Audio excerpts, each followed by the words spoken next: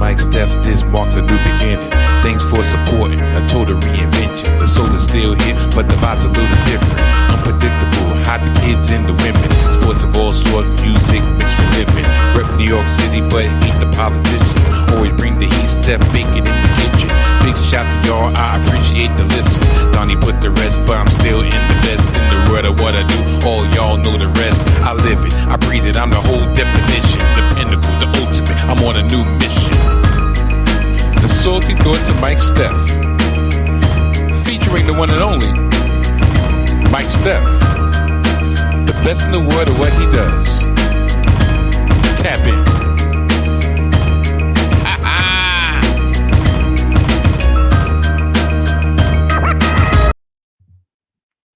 What up, people?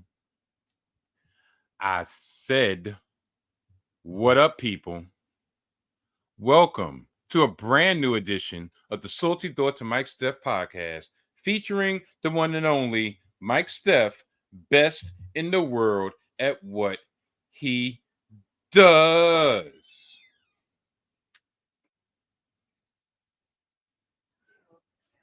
Yeah, man. I'm back. I'm back a little bit more ornery than I planned on being. You want to know why? I'll tell you why. See? Even my wife wants to know why. Because this is my third, not uno, not dos, tres attemptos of starting this podcast, of starting this episode. Which, tell you the truth, adds a little bit more edge, adds a little bit more panache, adds a little bit more urgency to the stuff that I have to get off my chest. And what I have to get off my chest is what I've been doing, what I've been up to for the last 2 weeks. Because the last time you saw this simply dashing face on your screen, whether it's your smart screen, whether it's your TV screen, whether it's your computer screen, whether it's just your figment of your imagination, last time you saw this simply ravishing body in front of you, I was about to embark on our journey to North Kakalaka, aka North Carolina, to go on a family getaway, a family meetup, a family milestone, if I could say that, and that would be my cousin Boo Boo, or should I say my cousin Little Boo Boo, baby shower. Yeah. Grand time was had by all. You know. But no, guess what? I'm not going to tell you about what happened at the shower, because guess what? That's for 2 reasons. One, it's none of your damn business. And 2, unfortunately, I was around, but I wasn't around. And I'm not going to explain that at all. Leave it up to your figment of imagination to figure out what the hell Mike Steph is talking about. But I would tell you this. I would tell you what's on the docket this week. This is going to be an episode like none other. This will be an episode out of the ordinary. And maybe, just maybe, a blast from the past, if you will. I have 3 topics that I'm going to get into this week. And tell you the truth, only really 2 segments. Topic and segment number 1, and maybe not in this particular order, I'll be getting into some NBA business about 2 of the teams that I follow. 1 addition and 1 subtraction. 1 addition would be Mikal Bridges coming home to the Nova Knicks. Oh, my bad. The New York Knickerbockers in a trade with those Cretans downtown Brooklyn, the Brooklyn Nets. Yeah, I'll be talking about that. And then I will shift my focus to the Bay and to the Lone Star State, because the Golden State Warriors chose, or should I say, didn't choose, but they lost one of their big 3 in Killer Klay. Yeah, that's right. Klay Thompson decided to take his talents elsewhere, more specifically to the Lone Star State of Dallas, to team up with Kyrie Irving and Luka Doncic. So that will be topic, segment number uno.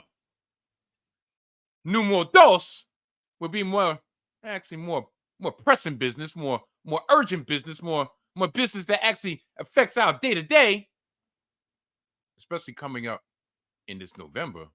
When people hopefully go to the go to the polls. I will have some long simmering thoughts unveiled, however you want to pronounce it, on President Biden and the whirlwind of controversy that has been going on in the politicals atmosphere, if you will, over the ill-fated debate that President Biden had against the Orange Cheeto, number 45, Donald Trump, and his, should I say, his horrible showing in that debate. So horrible, in fact, that for the last 2 weeks, he's been having to fight off calls for him to drop out the race 2 weeks before the DNC, the Democratic National Convention. I have a lot of thoughts on that. I have a lot of thoughts on how we got to this point. And guess what? They will not be for the weak-minded, for the prudish, for the squeamish, and probably y'all might be looking at me a little differently after I spill, or I go on my spill that I'm going to go on. But guess what? These are the salty thoughts of Mike Steph. None other, nobody else's thoughts. Only mine. I'm back. Ooh. All got a problem with that Mike Stephens. I'm back. Ooh. Uh-oh. Yeah. So that would be what's on the docket this week. And guess what? I'm still in the intro, and this is where I'm going to tell y'all what happened the last 2 weeks in the world, in the life of yours truly. Because do y'all know how close y'all came to actually having to go another week without seeing this simply ravishing face in front of your screens? I was going to drop on Sunday, but me and the missus went out. We had a nice brunch. Caught the itis. Came home. I'm looking at the time. I'm like, you know what? I'm on vacation. Don't rush. I got all week if I wanted to record. And guess what? I want to actually enjoy this nice brunch I have in my stomach. Plus, it was hot as you know what out there. So I was a little drained. And I said, you know what? I'm going to catch a nap. And when I wake up, just perhaps. But my wife woke me up. Or should I say I woke up and I was like 9 o'clock. And I'm like, I don't feel like doing it because I had a stress test this past Monday. So I was like, you know what? Being the fact I'm going to do stress tests, I come home, I'll do it Monday. Makes no point. It's no reason for me to try to start doing this tonight, which will be Sunday night. Stay up until 3, 4, 5 o'clock in the morning, which I actually end up doing anyway. And then get up 8 o'clock in the morning to do a stress test. No. I'll do it when I come back. So that's what my plans were going to be. Came home for the stress test, and guess what? It was still hotter than you know what. Actually, hotter than you know what. That was the previous day. And me and the missus went out, did a couple errands. She had a craving that she had to get quenched. I quenched that craving. And we came back, and I'm looking at the time. I'm like, you know what? I'll get this done before Monday Night Raw comes on. Your boy at the tender age of 47 told y'all I am so in need of naps. And another nap was needed because I only had about 3 hours sleep.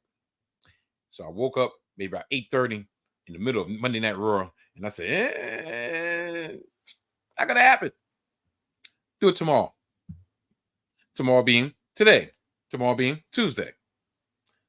And I slept in for the first time in this is my third day off.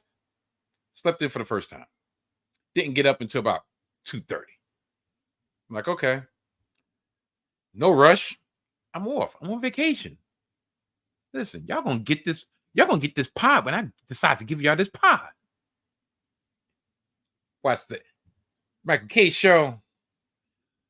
Fiddle on my phone. Had to deal with some situations in the house. And then guess what? The procrastination started. And I said, you know what? I'm going to watch some Jeopardy. Yeah. I haven't watched Jeopardy in a couple weeks, couple months even. You know what? I just realized this was the first Tuesday I've probably been off since February. So guess what? I'm going to watch some Law and Order all the way up until NXT comes on. And then when NXT came on, guess what? It's right on the heels of Heat Wave. I want to see the fallout from Heat Wave, which, to tell you the truth, was more procrastination because I can't tell you the last time I actually sat down and said, you know what? I'm intent on watching some NXT. And not only did I watch some NXT, I watched the whole thing. So y'all can kind of figure out what time it is right now. And then when I was about to commence, my lovely daughter, Main Event K, starts, psst, psst. I'm like, yeah. She's like, I'm like, what's the problem? She's like, I'm like, okay. And she told me about it was something urgent that I had to press pause. And then I said, you know what? I'm not going to press pause. I'm going to start this over again. And that's how we ended up here. But that happened twice before we ended up here. So my trip to North Carolina was interesting. Interesting. Not a bad way, but just interesting. Nevertheless, this time, for the first time in a long time, going to North Carolina, most of the time, anything going toward North Carolina, guess what? I drive. Because I feel like when I'm going to be down there, I'm going to need a car because I don't want to be beholden to anybody else. So I need to drive. So why not? We just kill two birds with one stone, and I just drive down.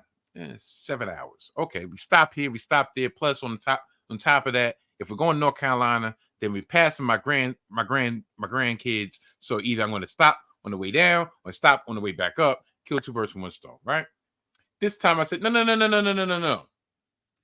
After last year's debacle of taking 12 hours to get to Greensboro, I said, no, not doing it. Not going to be able to do it. I'm going to make sure I'm prudent and get these plane tickets nice and early for me and the missus. And I'll get a rental when I get down there. Kill two birds with one stone.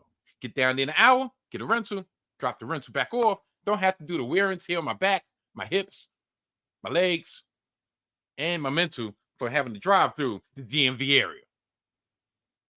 Right? So, I get on the plane. Everything is smooth sailing for the most part. Some things occurred that actually, in a roundabout way, kept me, even Steven, even Kill, kept me cool as a cucumber. Because I had to make sure that everything was going to go according to plan, right? So, get on the plane, and strangest thing happened. I think this is probably the first time this has ever happened to me. Now, I've only been in plane maybe a handful of times because I drive a lot of places. Any places I go, I drive. Last year was the first time I've been on the plane in about 30 years. So this year I'm like, all right, go through TSA, no problem. Got the carry-on luggage. Boom, get to our seats. Everything's copacetic. we take off. And now I'm afraid of heights. I'm definitely afraid of heights. But this time, I'm like, look, I've already been on a plane. How often do you hear about planes crashing? You really don't, right? Once in the blue. And I have faith that the Lord above is not going to allow us to meet our fiery fate. So, no reason to be scared. Do I really want to see everything get smaller? Not really. But we're going to be good, right? So, going down the runway, then you just feel yourself in the air. And I had this funny feeling of elation that I had to laugh. Like lightheadedness. Like, to be blunt, I felt like I smoked a blunt. I was just like this. And I'm giggling. I'm like, babe, you all right? This shit is crazy. Oh, God, this feels so good. Now, mind you, I don't drink. I don't smoke. I'm straight edge, just like this shirt. And I felt like I was on literal cloud nine. I'm like, wow, what the is going on here? But I'm which what I'm being easy. Flight is only like 45 minutes to an hour. As fast as they was giving out the snacks and giving out the drinks, was as fast as they were collecting the snacks and collecting the drinks and collecting the garbage and telling us be prepared for a landing. Now, on the descent, I got that lightheaded feeling again, but it was different. It was more like a feeling of nauseousness. And I'm sitting there and I'm like, and my wife was like, what's the matter? I'm like, I don't know. I don't feel too good, but I'll be all right. I don't need to or anything, but I don't feel too good. That should have been, I believe, you know what that feeling of nauseousness was? Was a feeling, was my spidey sense tingling, letting me know I was about to walk in some bullshit when I went to this rental place. Now, once again, I'm a novice when it comes to renting at an airport because most of the time when I go out of state, I drive.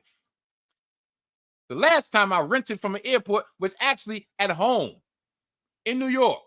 Went to JFK because especially back then, getting a rental for JFK was much cheaper than getting it from a regular rental place. So I took the train out to JFK, took the train to the plane, took the train to the plane. And that was about 7 years ago. But regardless, right?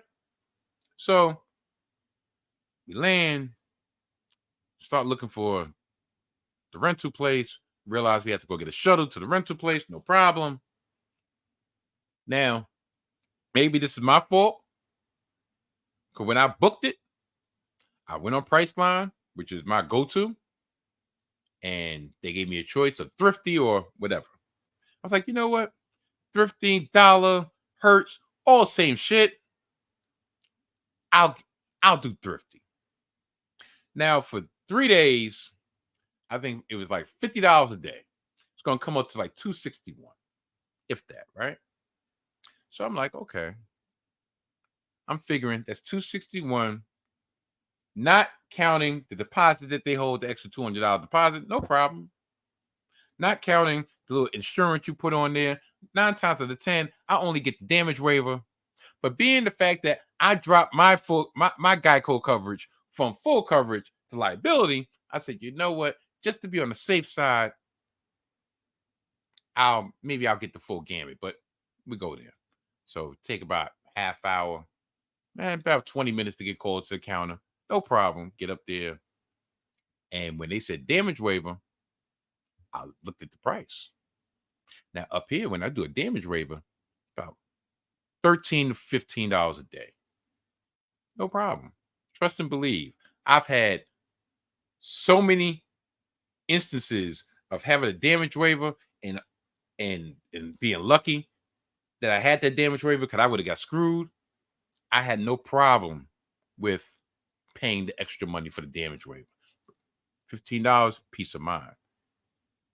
No, not North Carolina, not North Kakalaka, Not thrifty / dollar / Hertz rent a car. No. You know how much this damage waiver was per day? $39 a day. Now, am I going to be a fool and not take that damage waiver, especially dealing with the experience that I've dealt with of having been accused of putting a scratch on a car or being accused of putting a little dent in the car that wasn't my doing, and thank God that I had the damage waiver to forego all responsibility for it because I had the waiver. Am I going to do that because I want to save $40 a day? Guess what? Same philosophy that I deal with going to eat. If you can't afford it, shouldn't be out. And don't get me wrong. Was I expecting to pay $40 a day for a damage waiver? No, I was not. Luckily, I was able to take it on the chin. But no, it's more than that. Let's just cut to the chase. That initial $261 that I had planned on spending on a rental ended up ballooning to $585 total. Not including the extra $200 that they put it. So pretty much almost $800 had to come out my pocket just for a rental. Do you know that this rental actually cost me more than the fucking plane tickets it took down there? And no, I did not fly Spirit. I flew JetBlue. For that, I could have flown Spirit. And maybe, just maybe, they could have gave me some roller skates to get out and go on my merry way. That left a bad taste in my mouth. But no, it gets worse. So, like I said, I'm used to the experience. You come up here, they have a classic car. They bring you the car. You go about your business. No. Do you know what these mother effers did? Or how they get down in North Kakalaka? Maybe they get down like this in other places. But I'm not talking about other places. I'm talking about Raleigh, North Carolina. Woo! They said, okay, well, since you have this classic car, which was a mid-size SUV, you can go right over that lot and you just pick out the car. I said, really? They said, yep, pick out the car. I said, okay, no problem. So I go on the lot and I'm looking, and guess what? Is 2 SUVs. One was locked. Okay. The other one was electric. I pay for gas. Oh yeah, I prepaid for gas also. So I go to one of the attendants. I'm like, got a problem. What's the problem? Yeah, I need a mid-size SUV, and there's none available except for that one right there. And I really don't like Kias. He's like, well, you got 2 options. I was like, okay. He said the option 1 would be you got to wait for, cars are returning. So you can either wait for a car to return and take that car, or you can go inside, ask them to request a car to see if they can get a car here quicker, or you could take that Kia. Now, don't get me wrong. It was a nice car. It was a beautiful car. I didn't realize it was electric until I got in. When I got in, and for some reason, I'm looking at what side the gas goes, I realize I see a little signal right here that's battery. Oh, so I get back out. Oh, can't take that one. I paid for gas. That's electric. Oh, that car wasn't supposed to be over here. So what am I supposed to do? It's up to you. You can wait or you can go inside. Now, other cars are coming in, coming out. They had this GMC something. I was about to get in it. It was a white car. It was filthy. It was clean on the inside, but it was a white car. It was filthy. I'm like, whoa. I just end up paying damn near $600 for a rental. I ain't taking no dirty ass car. So I'm, mind you now, time is ticking. Been here, half hour, 45 minutes already. Matter of fact, half hour looking for a car. It's no help. Then there's another black car comes in. Bronco. I'm not taking no Bronco. Yeah, it's a mini SUV, but I want no fucking Bronco. No, we're not taking that. I'm being picky, but guess what? I have a right to be picky because y'all done fleeced me for an extra $300 that I didn't want to plan on spending. So, another car came. And this was, I think, what was that? Ford Escape. So I looked at it. And now, oh yeah, there was another rule. If the car was parked a certain way, that means that wasn't available. That had to be taken by the attendant to get vacuumed out, cleaned out, or whatever, and then brought back. So even though there was a couple cars that was there, they were cars that were just dropped off, and you couldn't just swap them out like that. So Ford Escape comes in. So I asked, I said, this car available? He said, yeah. Looking at it. Now, I'm not going to lie. I was being real picky.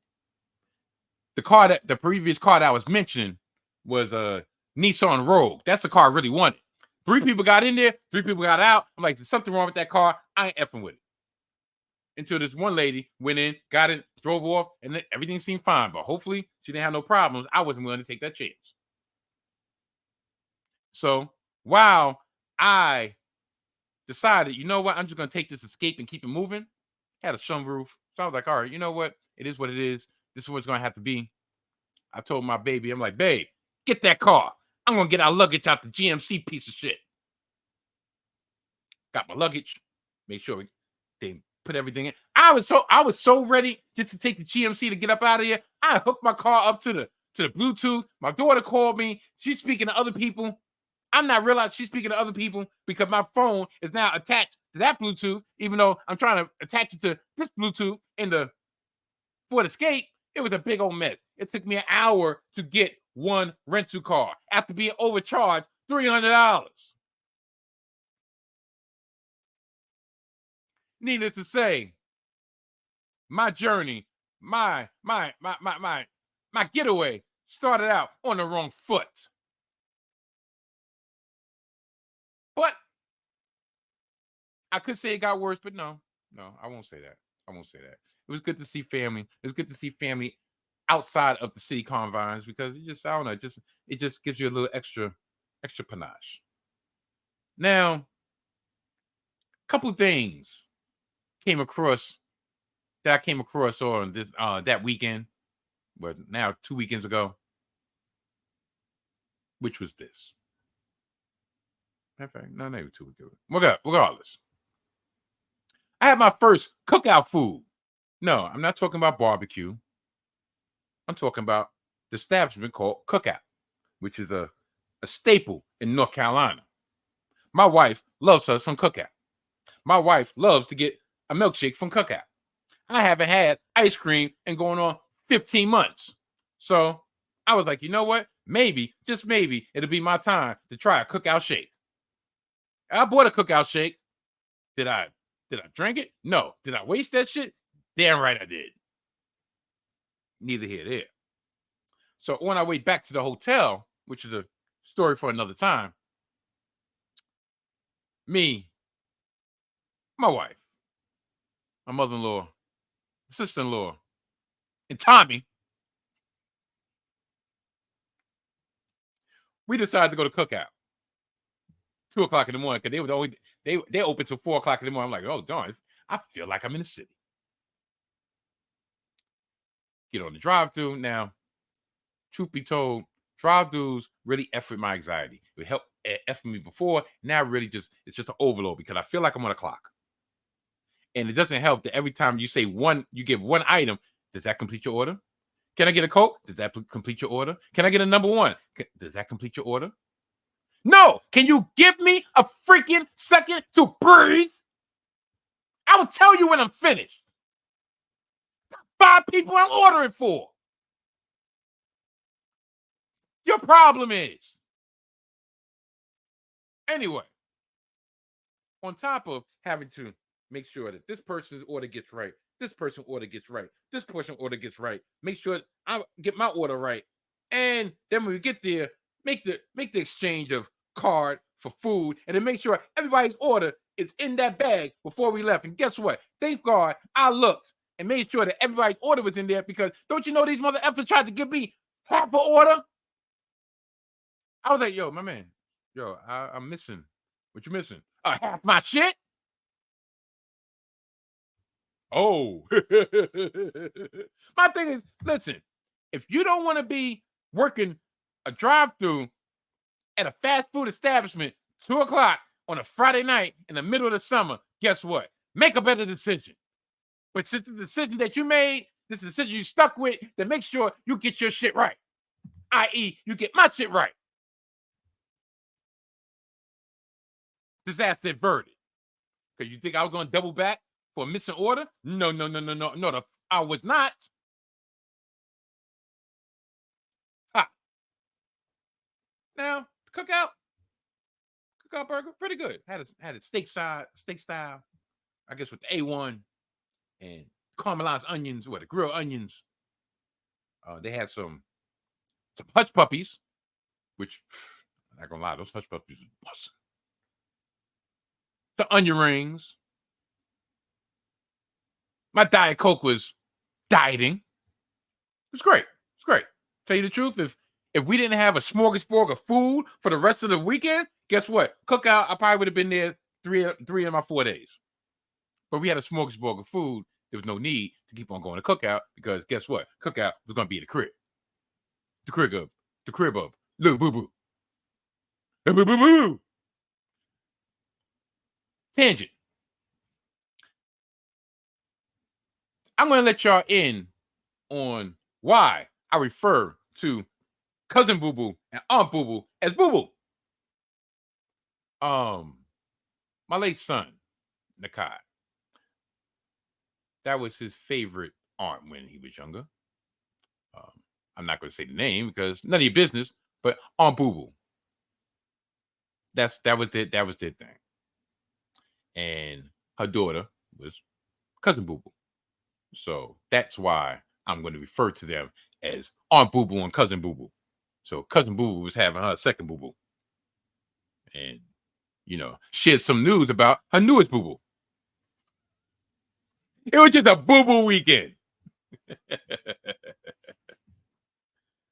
But yeah, cookout wasn't bad. Even though I wasted the milkshake. So maybe in October, when I actually go see Cousin Ooh. Yeah, that's right. I'm going to see Cousin Ooh in October, because I was supposed to see him this weekend, but he was coming back from the land of the rising sun, and we just kind of were like two ships in the night. We missed each other. And kind of reminiscent of how we were when we back in the days when I was a teenager, and I would go down to Durham, North Carolina, to go see him. But meanwhile, since this was his summer vacation, also he was coming up to New York to see his mom's. So that whole weekend, that whole summer, we probably saw each other like 2 days. Like when he came down 2 days before I was about to go back up. So yeah, it was almost apropos that we had to end up taking it back to. But yeah, I did tell him, like, look, because you know what he told me? He said he needs to send me an invitation to come see him, to come chill with him. Because the only time I go see him and chill with him is when he sends the invitation. I said, you know what? That's not correct, but I will make a point to come and see you for a couple days in October. Guess what? I'm driving from up here. I ain't fucking around with the rentals down there. Not gonna happen. Not gonna be able to do it. Now, other things that came across my radar. How come decaf coffee drinkers are discriminated against? Yeah, it's a serious question. See, I cut down on my caffeine intake. I love coffee. I'm sorry. I love coffee. And the ironic part is I drink I started drinking matcha tea or matcha tea or whatever you want to pronounce it, which actually has, in some cases, more caffeine than coffee, but it doesn't affect me. But coffee, I drink decaf. Don't you know Dunkin' Donuts, the Dunkin' Donuts that I go to on my way to my shoe job, they sell decaf coffee every day except for Saturday? Decaf iced coffee, that is. And I was like, y'all have decaf iced coffee? No, we don't make that on Saturday. Wow. So I guess I'm just supposed to be like this or just go without coffee, right? But the two cool brothers. So on Saturdays, that's when I get my matcha tea. Iced. But the hotel we went to, now they had regular coffee and they had decaf coffee. But I noticed a stark difference in the quality of the regular coffee and the decaf coffee. The regular coffee was nice and brown. The decaf coffee was light like tea. Tasted good, but I see the difference right there. See the difference right there. A couple weeks ago when all the Grands was up here and we went to IHOP. They come back like, no. Can I get decaf coffee?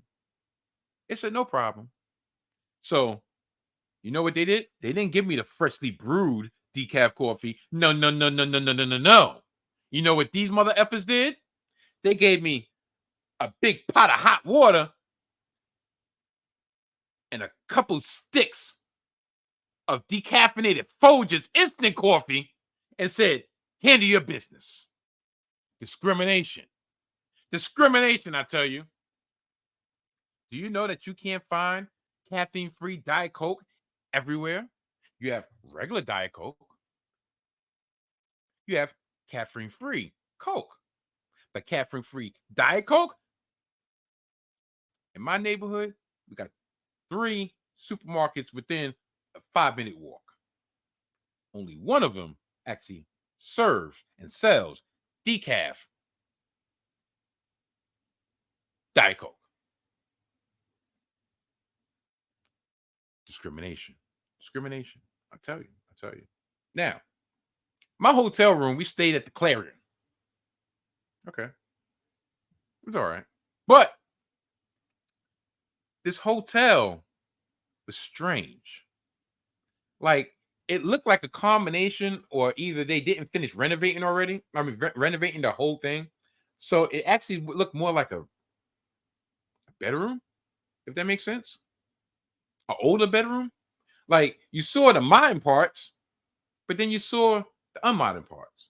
You saw the modern lights, but oldish looking wall, which actually was more like cement. So, or the doors look like bedroom doors. Didn't look like hotel doors. It was interesting.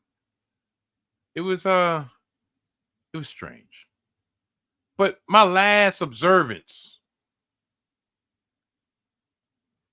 of North Carolina was the fact that this is the first time I've ever been in North Carolina that I didn't feel like I was in North Carolina. I don't know. I was telling my cousin, ooh, and this is a positive. Don't get me wrong. It's positive. There was a lot more diversity in North Carolina than I remember. As recently as even last year. But last year I wasn't in Raleigh. Last year I was in Greensboro, which probably is a little bit more rural compared to the big city. But I had to struggle. Maybe the day that we was leaving, we went to this little diner for breakfast. Food was great. Very cheap too. Service, cool.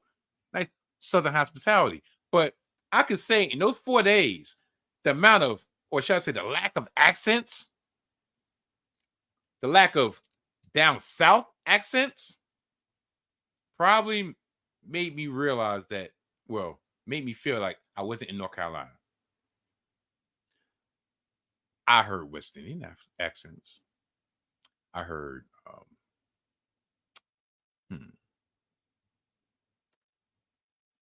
Indian accents.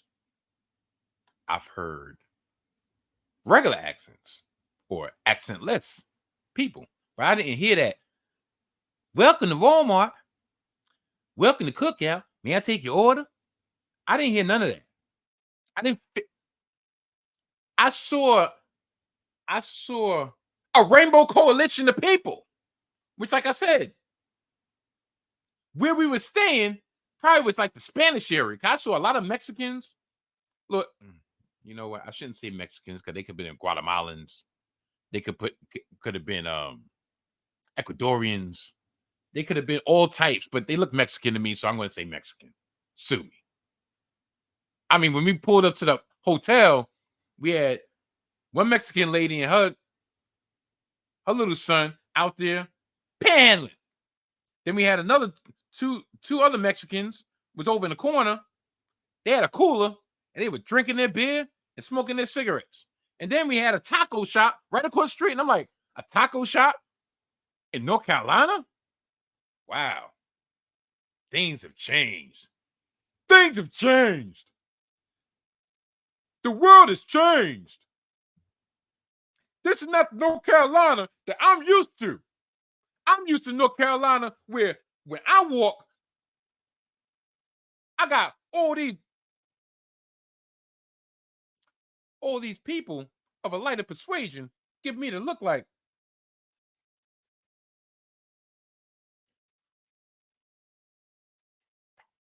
go get the torch, go get the cross. That's the North Carolina I'm used to. I'm sorry. I'm used to the racist North Carolina.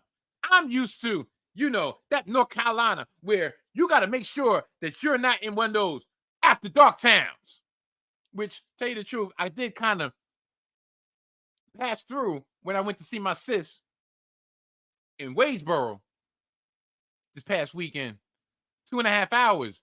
And a couple of times I had to make sure, all right, do I stop for gas here? I don't see nobody of my ilk around here. Guess what? Keep it driving. I got enough gas. Darn, Bojangles. I wonder if that's a trap. I wonder if you go in there where they have the nooses ready. Darn, that looked like an Exxon. But are those X's or are those K's? I don't know. That's North Carolina I'm used to. That's North Carolina that I brave.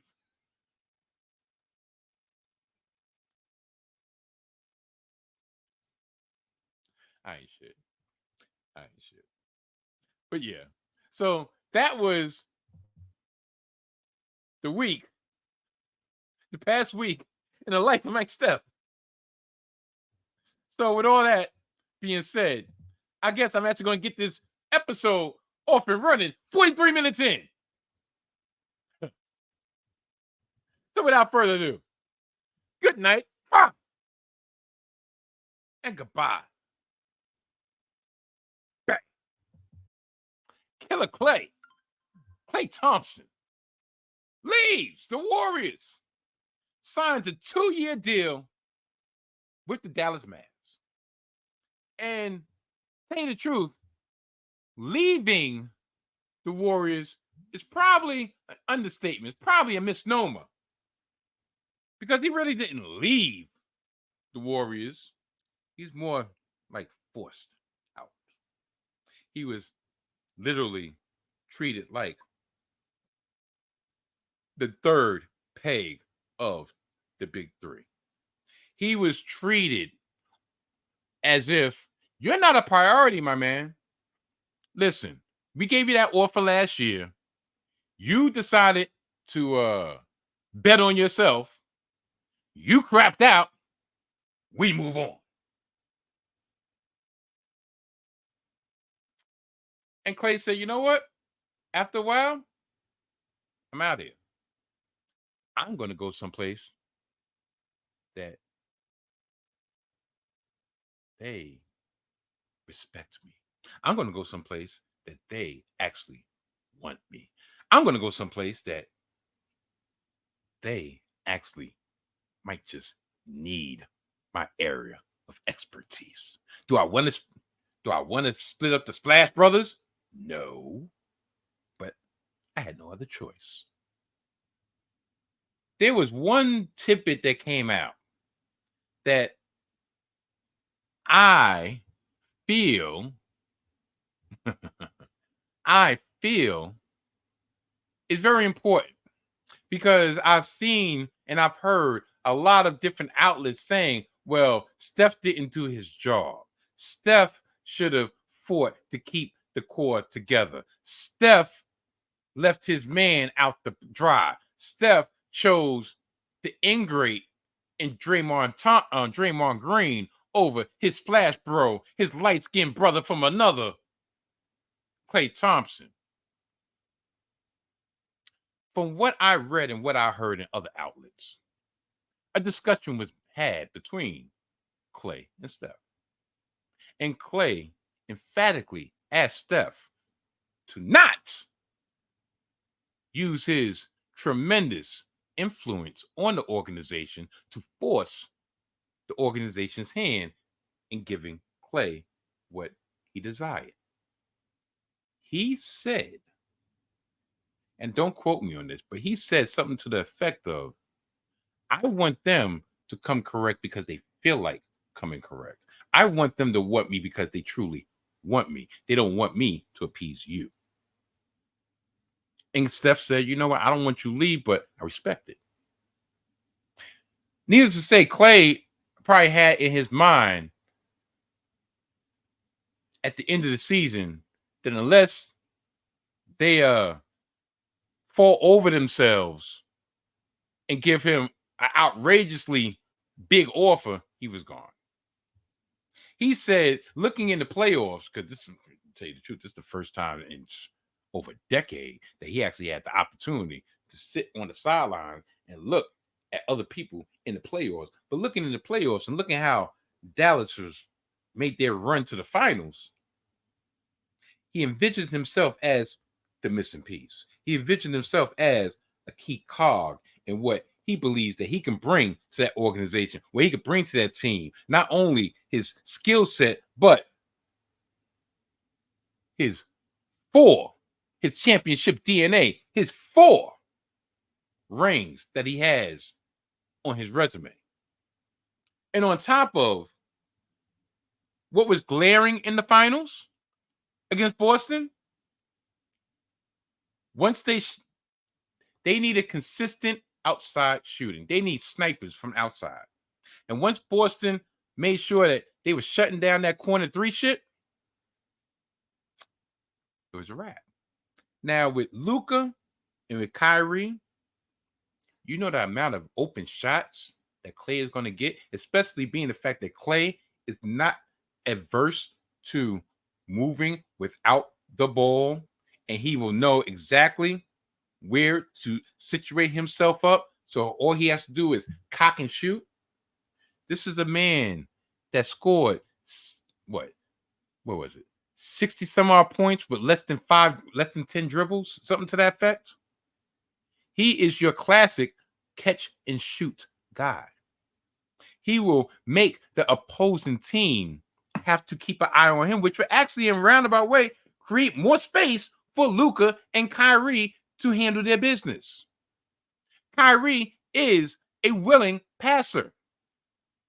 He has no qualms in playing a pure point. Yes, he's going to get his shit off, but he has no qualms in breaking down the defense and passing it out. Now, the person that's going to have to adjust his game just a smidgen will be Luka Doncic, because all this one-on-one ball, ISO, and then throwing the live grenade with less than 5 seconds left on the shot clock probably won't be prudent. But guess what?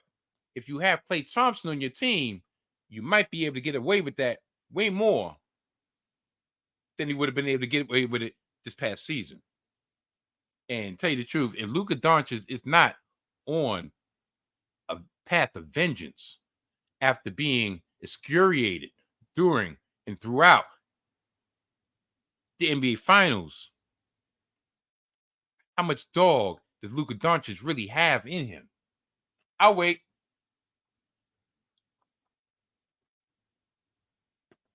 Yeah.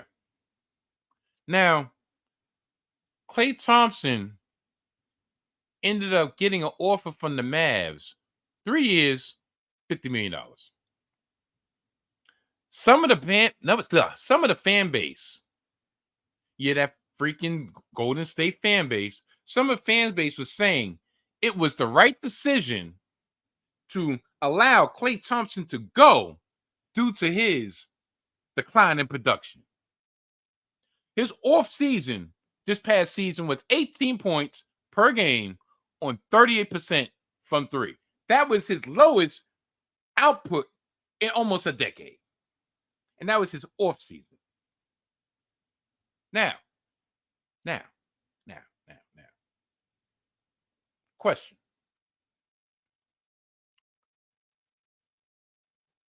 These naysayers, these fans that was touting Game 6 Klay the last 2-3 years, especially the last 2-3 years, how quickly they turn against one of your greatest assets. If it wasn't for Klay, do they have 4 championships? Klay is as much a part of those 4 championships, that championship DNA, as a Draymond, as a Steph. Everybody knows everything revolves around Steph. Klay allows Steph to get just a little bit of breathing room, because you had, especially in their heyday, you had to respect the other side. You could not load up on Steph and leave Klay wide open. And in his heyday, Klay was a dynamic two-way player. So for the fan base to just disregard him and cast him to the side like he's a piece of trash probably led more into the decision of Klay. Like, you know what? Not only am I leaving, I'm going to a team that hopefully will have to go through y'all. Matter of fact, y'all will have to go through us to ever get a sniff of the NBA Finals again. A younger version, a better version. I can give them some of my championship DNA. To call Klay Thompson having a tantrum. I mean, listen. You could see the last couple of years the writing on the wall, and Klay did too. Klay knew, especially since he came back, that he lost a step. Not a half a step, he lost a step, especially on the defensive end. His consistency was not there. He would have stretches of 3, 4, 5 games. They look like the old Klay, and then have another stretch of 5 games where he couldn't throw it into the ocean. The consistency was no longer there. And that forced Klay to put more pressure on himself than was necessary. And the one thing that I always admired Klay Thompson for was his devil-may-care attitude. Dare I say, especially in the heyday, dare I say, Klay Thompson was my favorite Golden State Warrior. Any type of Golden State paraphernalia that I had with any type of jersey or shirtsy, if you will, was Klay number 11. It was almost like The Fan. Anybody remember that movie, The Fan, with Robert De Niro and Wesley Snipes? And Wesley Snipes was Bobby Rayburn,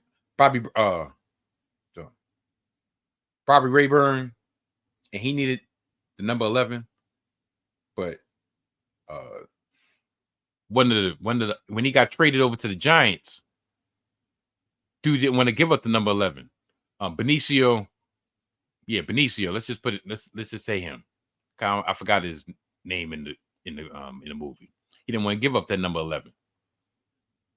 So Gil, played by Robert De Niro, made his way into the locker room and stabbed Benicio up to make sure his man, Bobby Rayburn, got his number 11. And when Bobby got his number 11,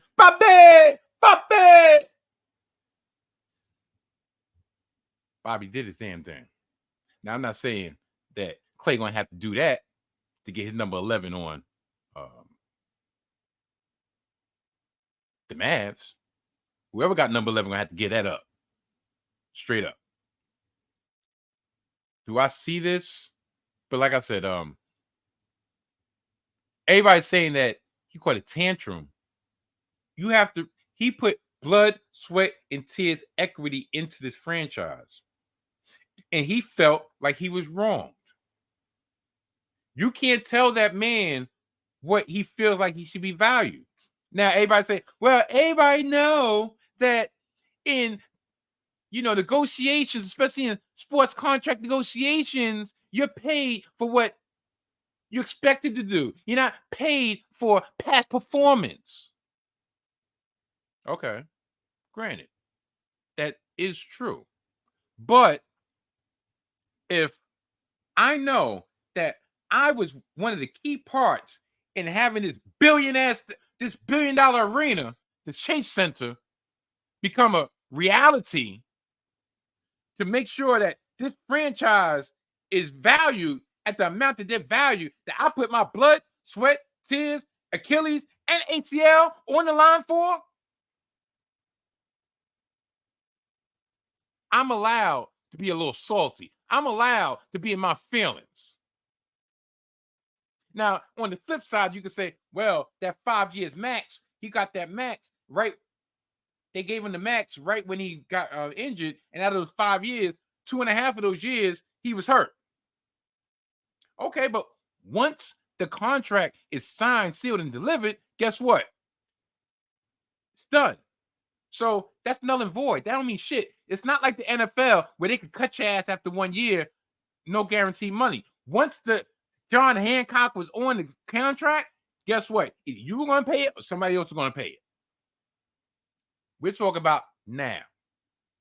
Now, he would even admit he knew he wasn't no max player. He knew he wasn't getting no 5 years, 200 mil. He knew he wasn't getting no 3 years, 100 mil. But for it to go from 2 for 48 last year to not even a competitive offer this year, like, all right, look, you figure it out. You go see what you're worth and then come back to us.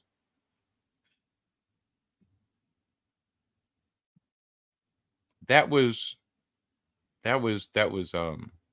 disrespectful. That was disrespectful.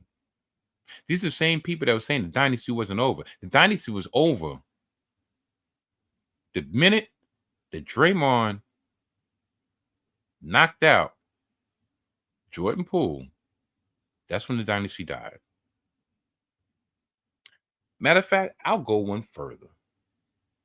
The minute that they signed Draymond Green to a 4-year, $100 million contract post knockout was the moment that the dynasty died. So maybe Klay should have went out to Steph and you got the time? Maybe Klay should have did that.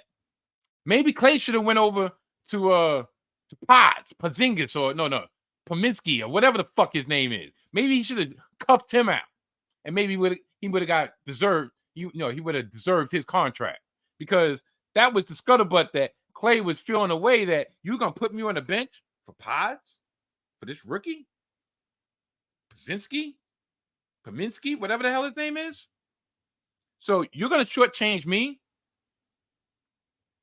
for the rookie, and then you're gonna give me some BS offer, take it or leave it offer.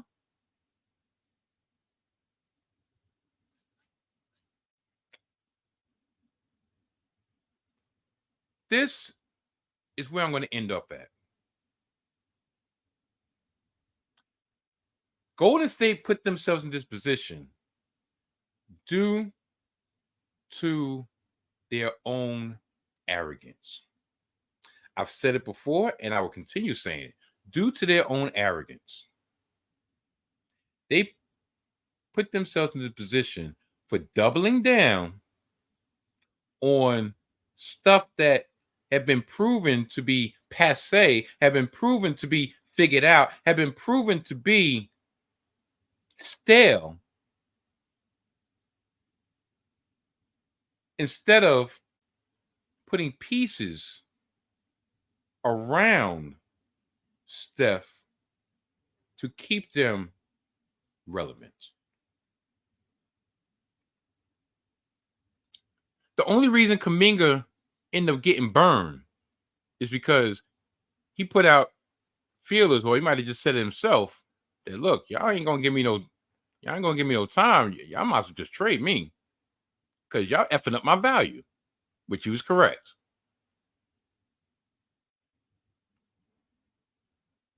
Moses Moody, anytime he's been asked to step up in big game situations, he came through. But yet he can't get a consistent spot in the rotation. How many times y'all gonna go to war with Gary Payton III? Don't get me wrong. He was a good player for us in that 2022 run. But he's proven time and time again that he can't stay healthy. Y'all let him go to Portland. And guess what? He was injured. And then Portland was willing to let him go, and y'all brought him back. Guess what? Still injured. He played for a little stretch, got re-injured. Kevon Looney, I have nothing negative to say about Kevon Looney, because without Kevon Looney, they wouldn't have won that championship either. But all these decisions over the last couple of years got Golden State to this point. And now it's just disgusting the way that the majority of the fan base is turning on Klay Thompson. Not like he went to Phoenix. Not like he went to the Lakers. He went to the Mavs. He went where he felt wanted. He went where he felt he was going to be respected. And you got to respect that. Got to respect that.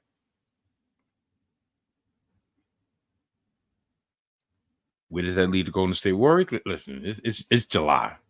I'm talking about the Golden State Warriors right now when it comes to the upcoming NBA season. Shit, we got August, September, October. Got 3 months. I'll talk to y'all then. The New York Knicks made a trade with their crosstown rivals, the Brooklyn Nets, to bring Mikal Bridges home. The Nova Knicks are now complete. The Infinity Gauntlet is now complete. Even though I'm hearing some scuttlebutt with trying to get Karl Anthony Towns, no, leave him where he's at. We do not need Karl Anthony Towns soft ass on the New York Knicks. We can keep Julius Randle. And I know for all longtime listeners and viewers of the Salty Thoughts of Mike Steph, y'all will probably say, what the heck? Is this the same dude that for years upon years upon years we're giving nothing but Julius Randle slander? Yes, it is that same dude. You know why? For 2 reasons. One, and more importantly, I saw him on the 7 p.m. in Brooklyn podcast with Melo and Mira. Carmelo Anthony, that is. And the respect that Carmelo has for Julius Randle's game and the humility that Julius Randle had as in admitting, look, team was rolling. I wasn't able to come back. I tried my hardest to come back. I wasn't able to come back. They were rolling. I didn't want to be a sour. I didn't want to be around them because I didn't want to come off any type of negativity to come off. It was difficult, but at the same time, I was rooting for the guys. They kept me in. They incorporated me into their success. They said, "No, Jules, don't stay away. Come. Listen, you're not a burden. Come through." To hear that from the horse's mouth instead of the media spin, on top of the amount of respect that Melo has for Julius Randle in their very similar games, actually made me have a 180 on Julius Randle. I believe with him on this team, especially now with the acquisition of Mikal Bridges, now you have multiple options. It does not have to be only a one-man show. It does not have to be a two-man show. You have multiple options. Jalen Brunson can play the point, but everybody knows he can drop 30 to 40 at any given time. And with the chemistry that he has with his former college players, with the chemistry that he's garnered with Julius Randle over the last 2 years. A lot of people are saying we gave up way too much. We gave up way too much what? Draft capital? Y'all do realize the more successful we are, the lower in the draft we are also, right? So if we keep on getting to the second round, get to the Eastern Conference Finals, right? Where do you think we're going to be picking? We're going to be picking in the lower half, the lower third of the first round. And if any of the drafts coming up are like this draft that just passed, where the only intrigue was Bronny James actually going to be a first round pick? I'm willing to cash that draft capital into getting somebody who's perhaps the missing piece, but definitely another cog in the machine. Like, I've been saying this to anybody who hear me. I'm so tired of the narrative. I think I've even said this episodes past.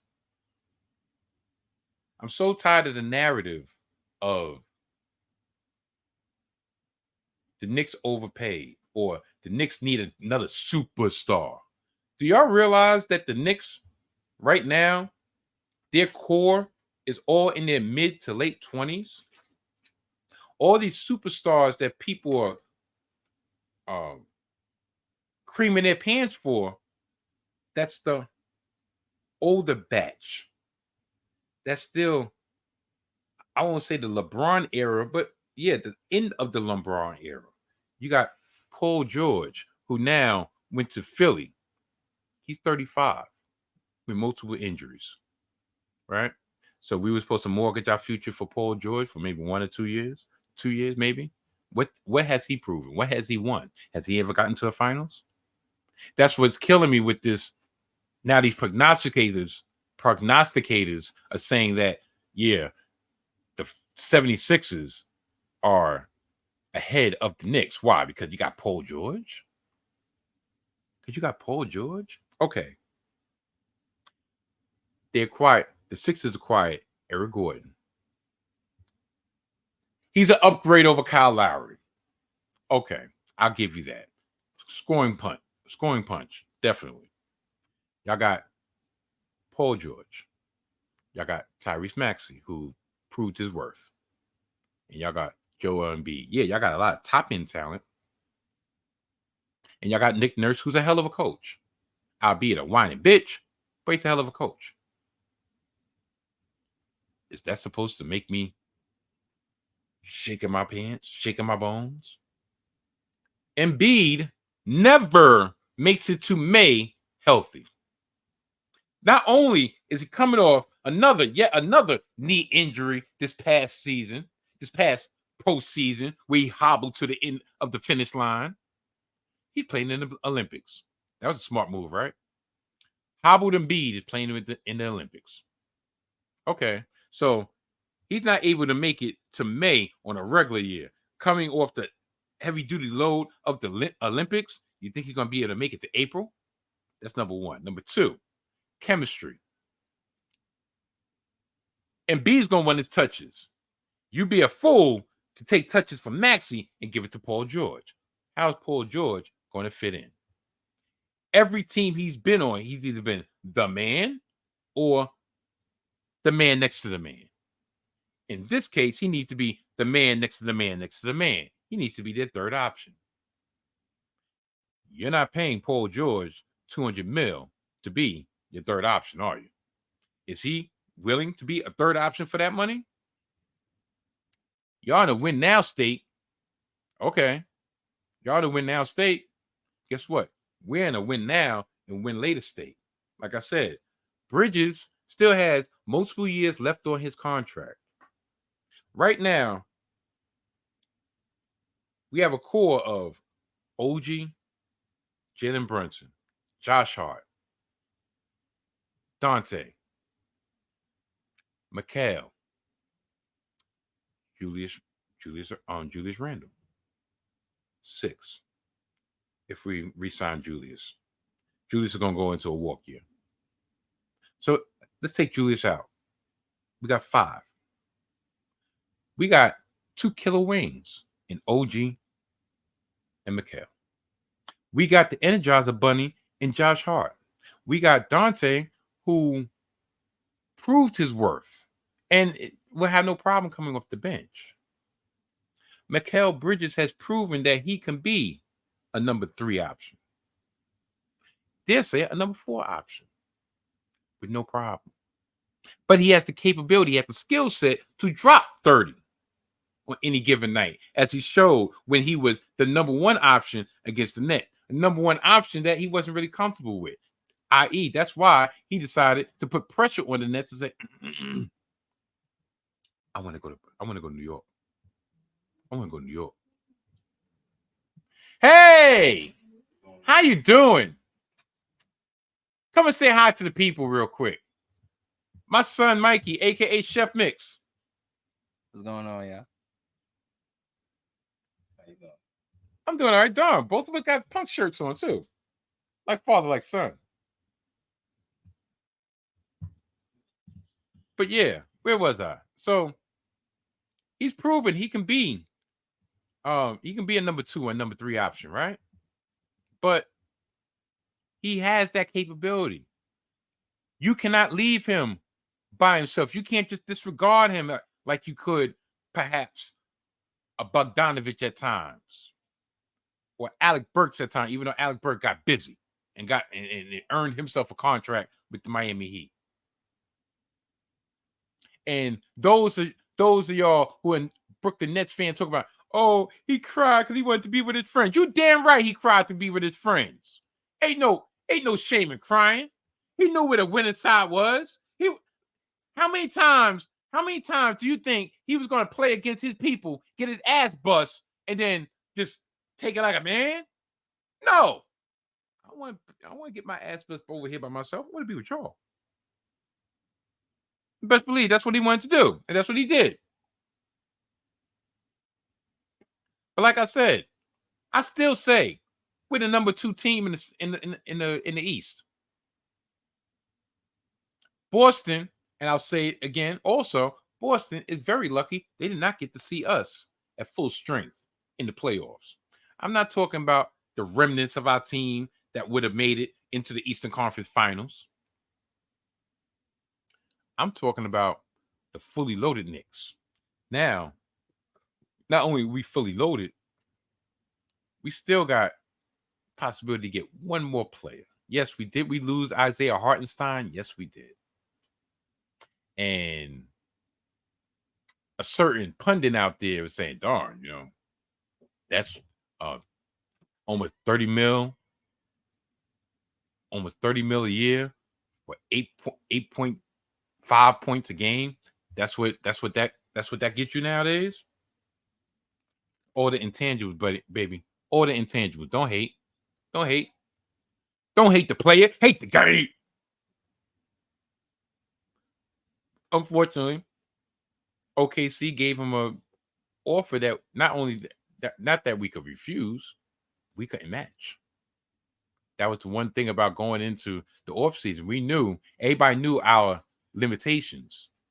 And with our limitations being what they were, we couldn't really maneuver the way we wanted to maneuver. So now we got to get a backup center, because if we can't go into league. I mean, we can't go into the season with just Mitchell Robinson and Jericho Sims. That's not going to work. Mitchell Robinson is going to get hurt. Unfortunately, it's the truth. Do we bring back Precious Achiuwa? That's looking more likely. Do we play a lot of Jews at the 5? I want to say that could be our death lineup at the end of the 4th quarter. You don't want Jews to get hacked and shacked. So I'm hearing there's Walter Kessler from the Utah Jazz, but Danny Ainge is wilding, wanting 2 or 3 first-round picks for Walter Kessler. Like, slow your roll. Would it be a perfect fit for us? Yes. But listen, you blew it when we know how you get down with the Donovan Mitchell sweepstakes. So Leon Rose is not going to go around that merry-go-round with you again. So I don't know, but Mikal Bridges to the Knicks. Yeah, I like that. I like that. I like that. I like that a lot. The Nets, they made out. They got a nice haul. Because they're gonna be rebuilding for the foreseeable future. Like, when aren't they rebuilding? You know, like, and to me, it's the Nets. It's the Nets' fault. The Nets' problem was this: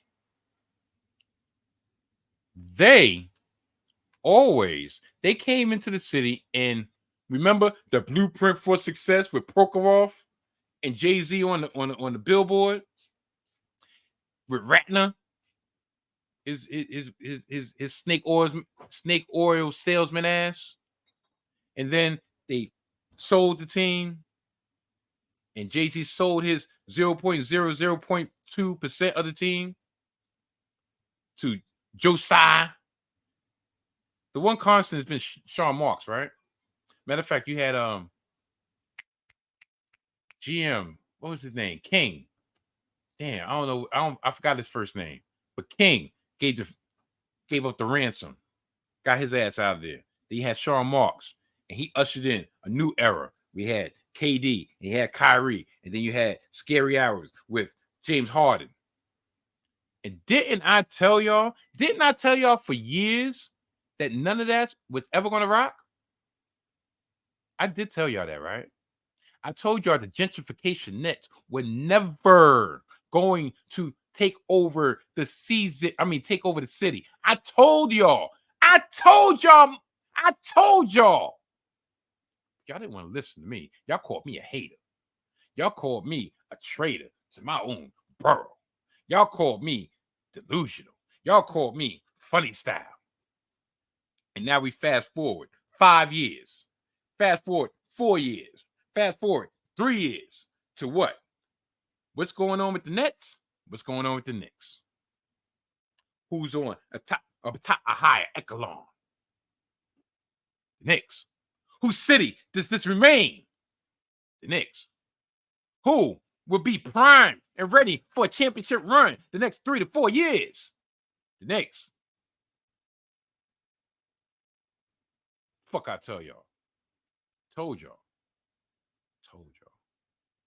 Before I get out of here, on this subject, basketball, that is, I just want to give my little 2 cents on the situation with LeBron James and his son, Bronny, being drafted by the Lakers, the number 55 pick in the second round. Now, a lot of people are talking about whether or not. Hold on. Huh? Come. I just predict that Bronny's gonna have at least one triple-double. Just one. At least one. It's gonna be like 10, 10, 10. Wait, which guy? Wait, is his father going to buy him a triple-double?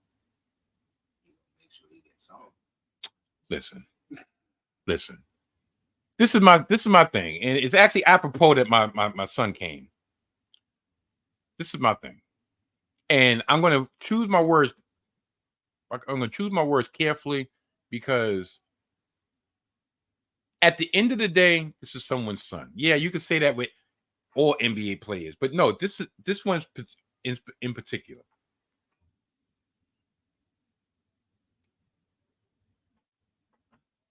Should anybody be mad at LeBron for this forced nepotism? That's not where I'm going.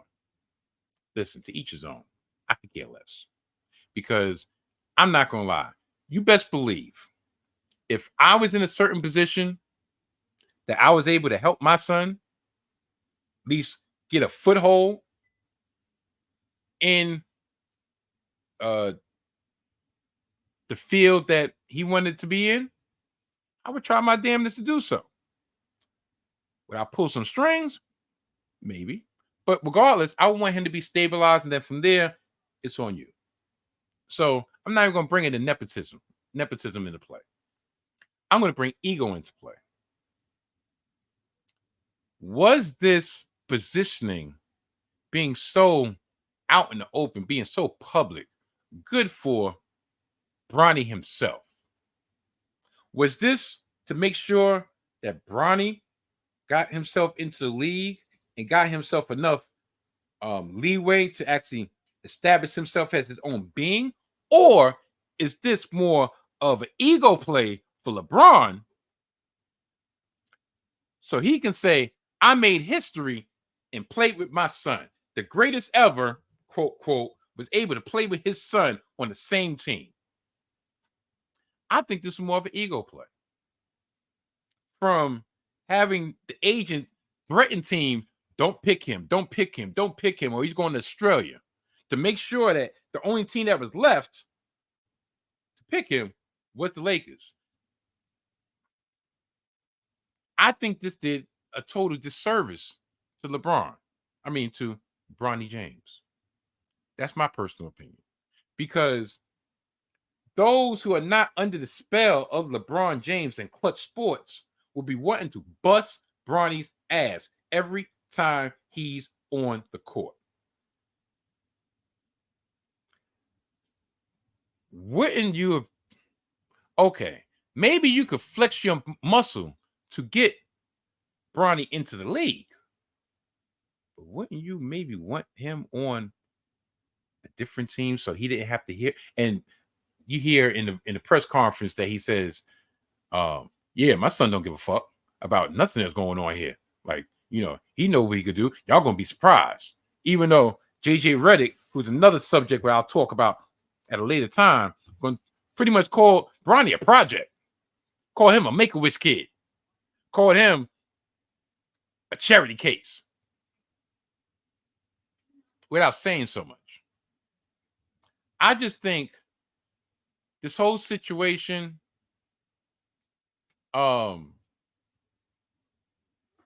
is going to end up being unfair to Bronny. What player do you know that came into the league with 1 year of college experience under his belt, averaging less than 5 points a game, gets drafted? I wait. What player with those credentials get drafted in the second round and get a 4-year guaranteed contract? I wait. It's almost like you're putting a big target, a big bullseye on the back of your son's back. On the back of your son's back, would that be what, his front? Matter of fact, you just painting him with bullseye colors. And maybe, hopefully, he rises to the occasion. Hopefully, he proves the naysayers wrong. But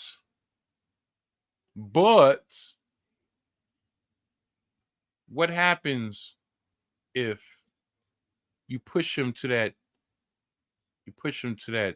limit that he can't handle it no more? Is he going to feel confident enough to go to his pops and like, you know what? I don't feel like doing this no more. Yo, pops, I think I need to go in another direction. Yo, pops, I need you to fall back. Is he going to have enough of that? Is he going to feel, or he's going to feel a sense of obligation? Like, yo, my pops did all this.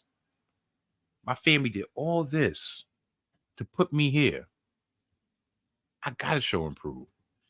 This boy had a heart condition at the beginning of last year. That's why he didn't play the majority of his freshman year at USC. He would have been better. I don't know. My thing is, maybe he would have been better off doing a second year, but at the same time, by him doing the second year, whatever warts that he might have came out. So they had to strike where the iron was hot.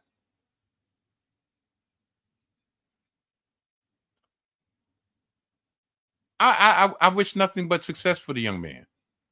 I really do. I just feel like as a father, my point of view is you didn't really do your.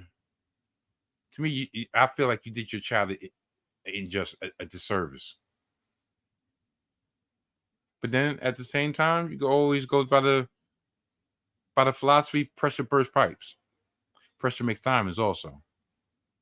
Diamonds are forever, and so is Mike Steph. You know what's so funny?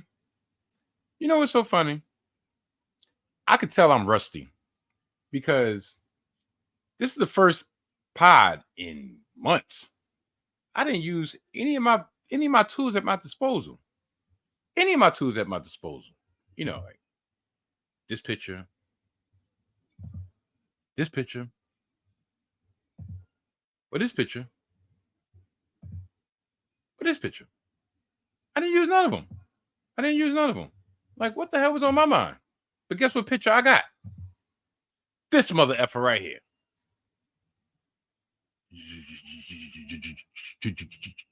Joe Biden. And the question is Joe Biden, President Biden, fit for re-election? And if not him, then who? Will it be her? Will it be? Will it be this woman right here? You know, I swear, when I was looking for pictures on Google, I couldn't tell whether this was from this year or whether this was from the first year. Because tell you the truth, I haven't seen this broad in years. I'm just saying. Don't do that. Don't do that. I'm just saying. Now, I'm going to play a clip right now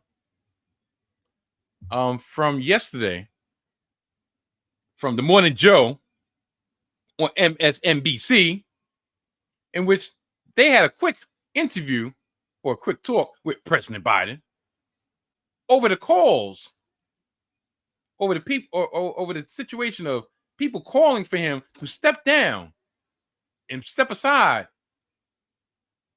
and not run for re-election after that disastrous showing a couple weeks ago at the debate. And I ain't gonna lie, the very beginning of this clip pissed me off. Maybe I'll piss you off. Who knows? Here. Remember all this talk about how I don't have the black support? Come on, give me a break.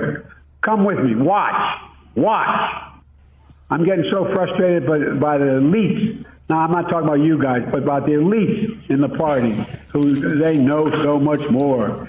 But any of these guys don't think I should run against me. Go ahead, announce for president. Challenge me at the convention.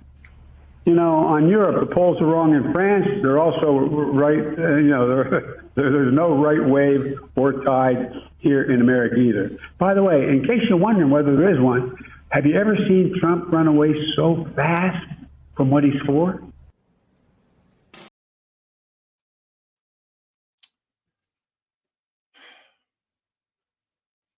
I swear, this is my personal opinion. Him leaning so hard on whether or not black people rock with him or not rubs me the wrong way. Yeah, we know we're pretty much the bell cow. We're pretty much the not bell cow.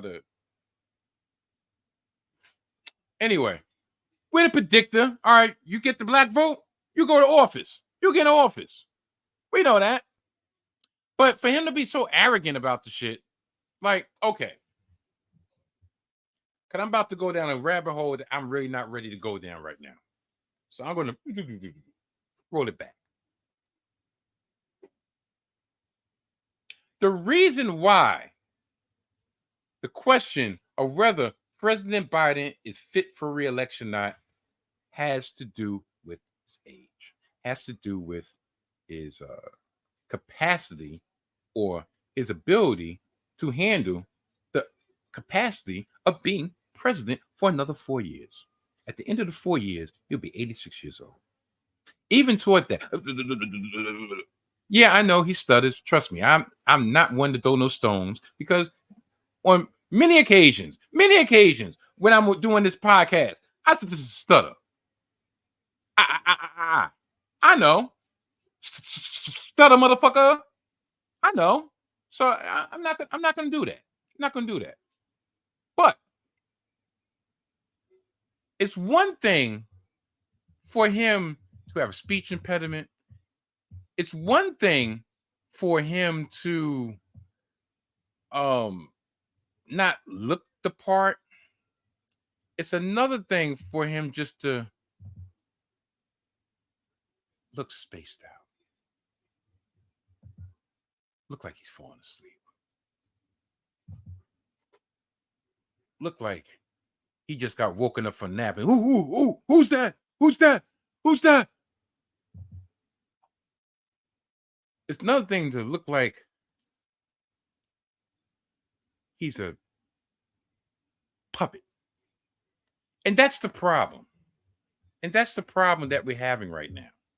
Because as the days go by, a larger population of the DNC, of the Democratic National Party Committee, whatever you want to call them, a lot of them are feeling more emboldened by the day to not put their hats in the ring, but to call for his removal. And that would be one thing. That would be one thing. And one thing that I don't even know if I agree with at this late stage of this re-election bid. My thing is this. This is year number 4. This is the last year, right? You, the inner circle, those in the Democratic Party, y'all knew this was a possibility. Y'all knew what the fuck was going to go on, or what has been going on for the last 4 years. And yet, y'all sat on your hands, you kept your mouths closed, and you was quiet. Do you know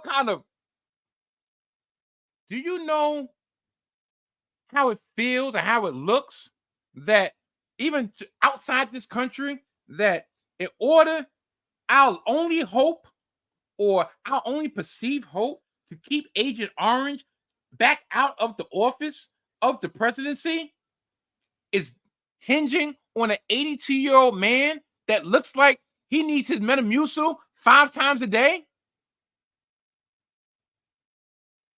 That he looks like he gets cranky if he don't get his prune juice? Do you know how incompetent that looks? Like, you mean to tell me with all these rising stars, these rising politicians in the party, a party that I'm no longer a part of,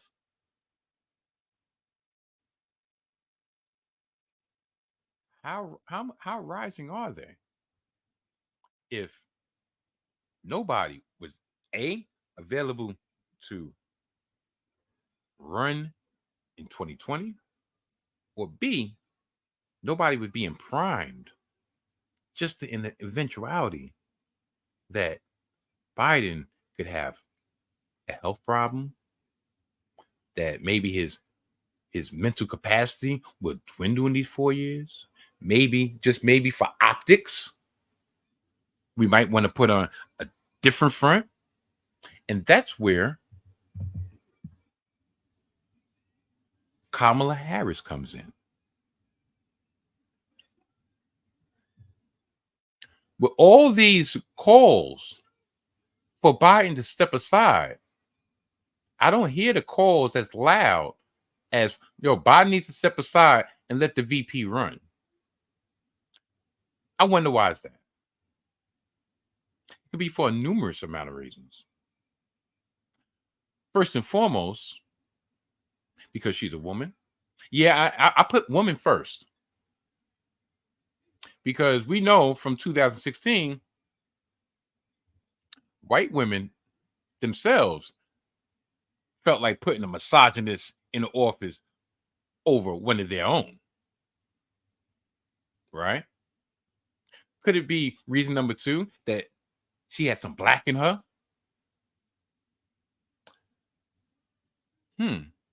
That possibly could be it too. Because I always say, and I've stated before, and I'll state it again, because probably a lot of my listeners right now probably weren't listening to me in 2020 when I was audio only, that the election of Donald Trump being in the office, being president, I always called those 4 years the revenge of Obama. Not saying that Obama was getting revenge. No. That was the revenge of the majority of the country. Like, y'all let a nigga in office for 8 years. Guess what? Time's up. We're not gonna go from a nigga to a broad. We're gonna put somebody in there that represents us. Represents strength. Represents whatever Trump represented for the disenfranchised. And I'm not talking about disenfranchised as in minorities. No, we're talking about the disenfranchised as in the people who felt the way that they had to listen to a black man be the ruler and chief head of the table of the country. And they were never going to allow that shit to happen again. Never mind about the fact that the only reason Obama was in office because we had an idiot in the office 8 years prior to him. And not so much that we had an idiot in office, because remember, the idiot father, his ass was in office too for 4 years. He had an idiot as a vice president. I'm talking about Bush the first, not Bush the second. But the fact that everybody, especially the elite, was losing. Not only did the stock market crash, not only did the housing market crash, like people's life inheritances, for lack of a better term, was dwindling. And they looked around and they said, you know what? This idiot is about to bankrupt us. The 1% was about to come back down to 99%. And they said, you know what? Only chance for us to maintain our 1% status is to put the nigga in office. Because it looked like he knows what he's doing. This idiot, done. And that's what happened. So, are they going to do a repeat of that? Yeah, I know.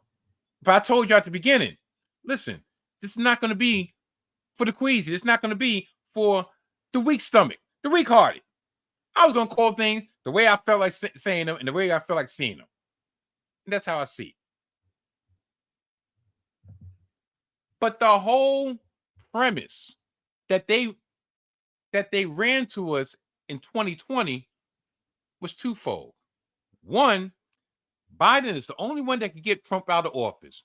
Okay, great.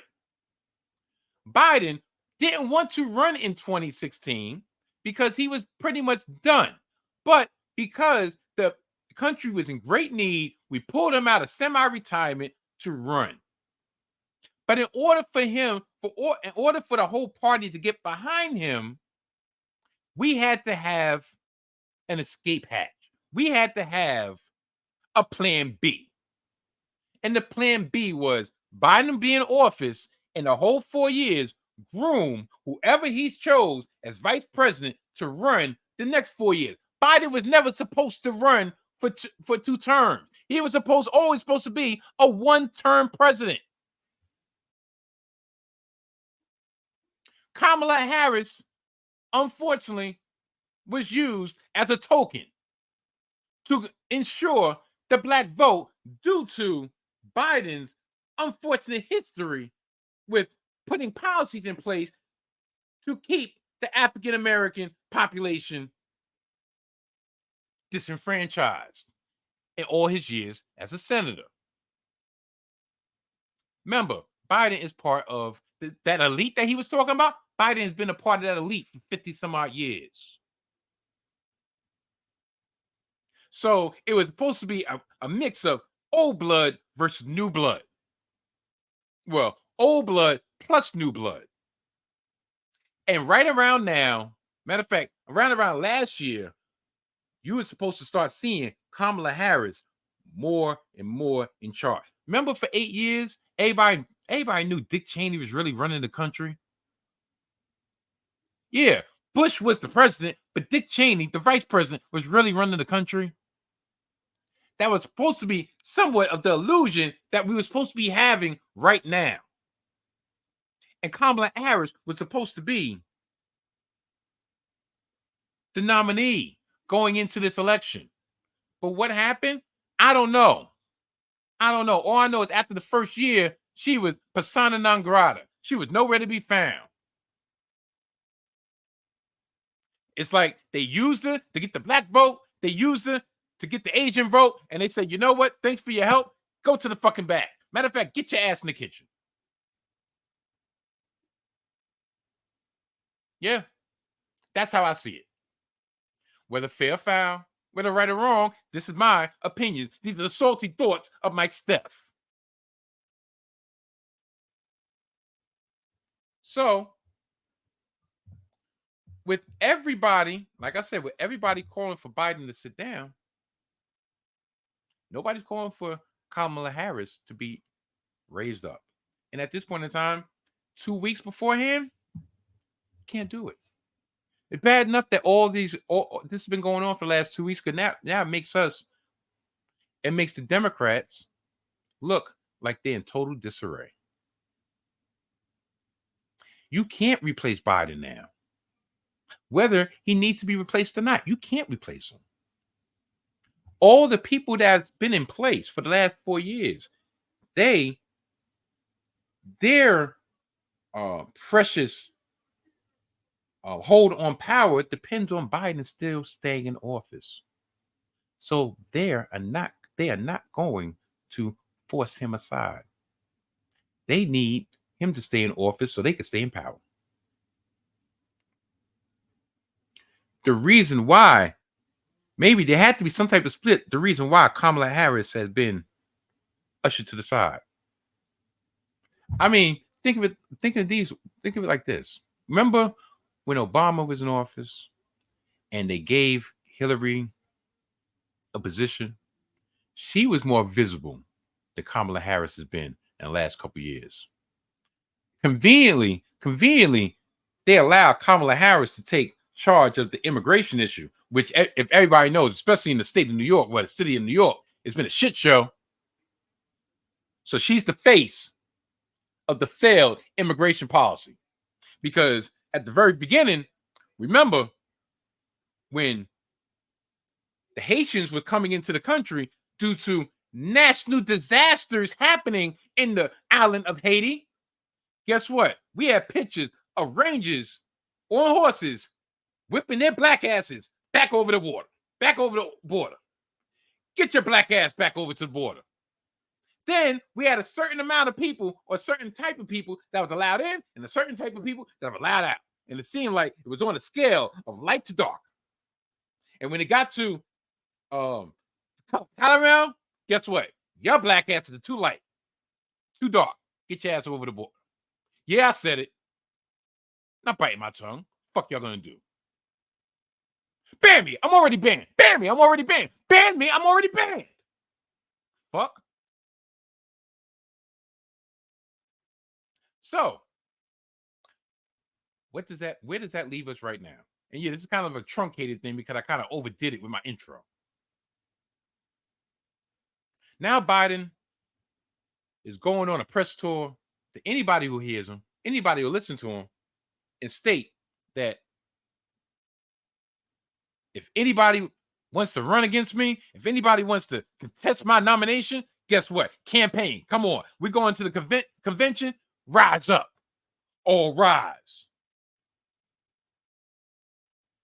easy to say that when the opposing side either too chicken shit to actually put their name in the ring, or those in power know better and like, you know what? Not our time to expose ourselves. You have all these different wings of the Democratic Party battling. And as someone close to me said, the Democrats always run around like a chicken with their head cut off. Democrats always cause problems. And how I've said from years and years ago, you know the difference between, matter of fact, I get this from Spaceballs. Good always loses against evil because good is dumb. I'll paraphrase like this. Neither party is good. Both parties have a lot of evil in them. They just manifest itself in different ways. And I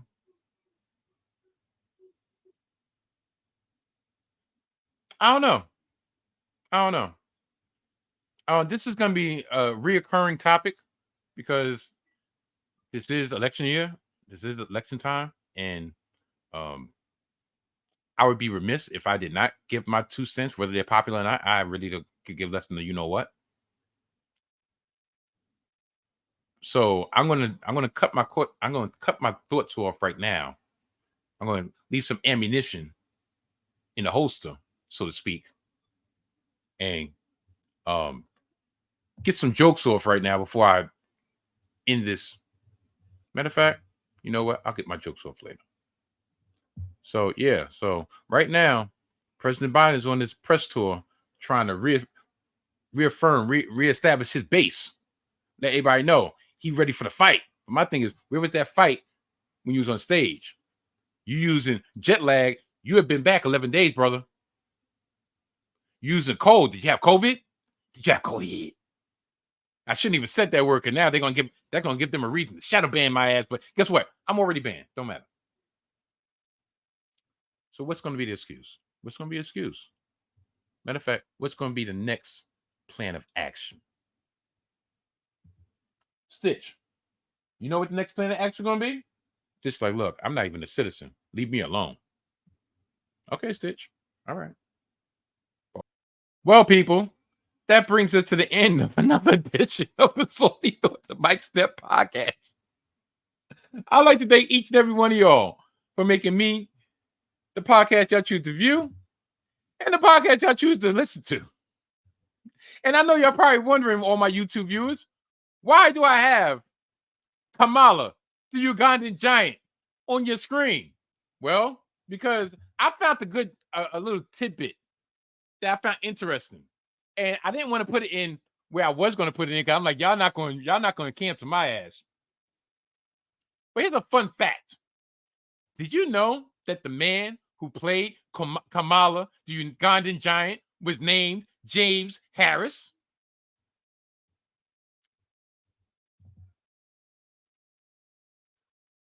Her name is Kamala Harris. So, one of two things. Were her parents wrestling fans at the time? Because Kamala. Yeah, I know Kamala. I know her background. Listen, I'm not gonna let her background get in the way of a good joke. But is that an interesting coincidence, or it's just it just was what it was? Oh, oh, oh, oh,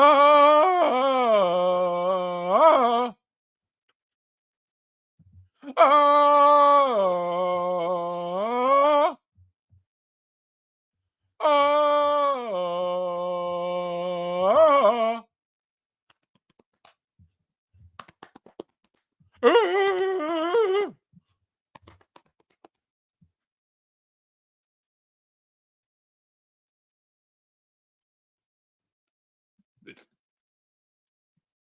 See, this is what happens when I'm gone for too long. I got a lot of shit I got to squeeze in. So listen. Oh, next week, I have no idea what I'm going to talk about. But next week, I'll probably be dropping on my regular time. It won't be Tuesday or Wednesday or Thursday. It'll probably be late Sunday night, early Monday morning, as usual. I got two things I do need to bring in before I get into the prerequisite plugs. One is this. Why? How come everything is downsizing? Listen, I know everything's been downsized, but it's getting to a really bad degree at this time. Like, everything is being downsized. You know, a pint of ice cream is no longer a pint of ice cream. It's 14 ounces. Everything costs more for less, i.e. inflation. Do you know, and this what made me start going on this rant. I had a slice of Junior's cheesecake for the first time in months a couple of days ago. Now, everybody knows Junior cheesecake is, pretty penny. All right, fine. So about $8.75, $9 for a plain slice. Okay, listen, I know, ain't no budget when it comes to shit that goes in my tummy, right? But the slice is like half the size it used to be. And I'm like, come on, man. This shit is damn near $10 and I'm getting like half a slice. Like, for $1.50, it was like three or four forkfuls. Shake my effing head. Inflation sucks. I mean, crunching the numbers, I get it. But nah, y'all just, listen, I'm just talking about the world that I know. 2, I went to a Chinese restaurant the other day. Kung Kao. And it seemed like it's very interesting because ever since they've been on JL Jupiter went over because he's a YouTuber. He goes around and gives these beautiful food reviews. He came to Brooklyn. He went to the chopped sandwich place Farm in the Deli, and then he went down the block to Kung Kao. And ever since they got that rave review from JL Jupiter, I noticed the quality changed. Now, reason I used to go out there because my wife been told me, yo, they trash. And I'm like, nah. Listen, I go out there because I want some original Chinese food. I want some original fried rice. I want some original lo mein, right? Fried rice that looks like this. Look, fried rice. Fried rice that actually has some soy sauce on it. Some fried rice that you could tell that was in the wok. Some fried rice with some egg in it. And listen, when I was younger, me and my brother Cool, we go to the Chinese restaurant and, times are hard, but at the same time, Chinese food was very affordable. So I go and get a pint of fried rice, plain fried rice for about $1.50. I'm like, I don't need no pork. I don't need no beef. I don't need no chicken. Yo, let me get a fried rice, extra egg.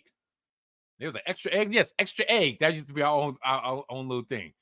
I used to like extra egg. Shit was filling. But that's what I used to call fried rice.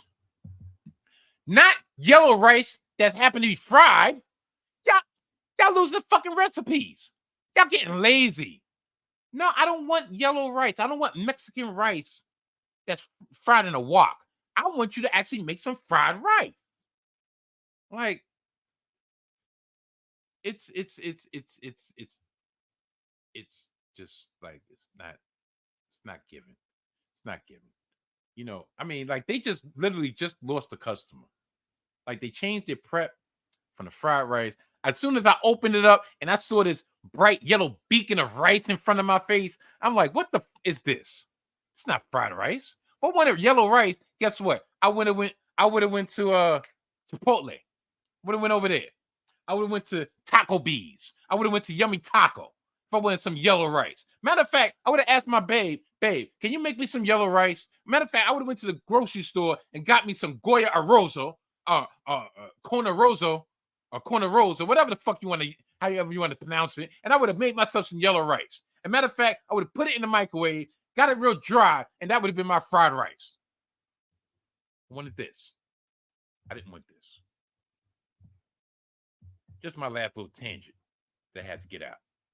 Some bullshit. Oh, one last little tangent before I get into my plugs. Now,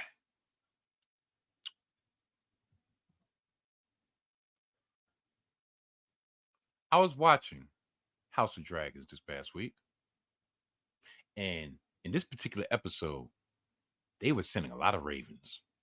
Ravens were that era's United States Postal Mail, United States Postal Service. Now, I always wondered, how did the Raven know exactly where to go and who to give it to? Especially if they never, if this is sight unseen, you just, roll up the paper, put it in a little tube. Yeah, go to King's Landing. Raven know how to go to King's Landing? Go to Dragonstone. Raven knows how to go to Dragonstone. Go to Harem Hall. Matter of fact, not only do you go to Harem Hall, you only give this to Lord Damon. How? Ooh, ow, ooh, ow, ooh, ow. I don't know. It's ridiculous. But anyway, to my plugs. Please check out. Matter of fact, I'm going to do myself first. Y'all looking at. The Salty Thoughts of Mike Steph podcast is available on the following platforms: Spotify, Apple Podcasts, and Amazon Music, amongst others. New episodes, the audio version of episodes drop each and every Wednesday. Catch me on the social medias at Mike Steffens __ on X. That's Mike Steffens _ with a PH on X. Catch me on the gram at Mike _ Steph, and catch me on TikTok at Mike Steph single _. Catch at me some money so you can see me in 1080p. Catch at me at $Donnie Mike. And check out my new blog. Well, it's not new anymore, but check out my blog, MikeStephOrg.wordpress.com. I got 2 new entries, and by the time you watch this will actually be on the blog also. So check it out. You'll be glad you did. Check out the newest episode, which will be coming out soon, of Hidden Gems Football, hosted by the Mojo King and myself, Mike Steph. New episodes will drop each and every Thursday during the NFL regular season, and you can catch them at the 19 Media Group YouTube channel. And one of these days, I'm actually going to give them a banner, but I give them the extra rub by actually giving them video space on my platform. And who I'm talking about? I'm talking about Gimmick Infringement, Winchester, and McDowell. Gimmick Infringement drops each and every late Sunday night, early Monday morning on the YouTube channel of the 19 Media Group. You don't believe me? Matter of fact, let them tell you.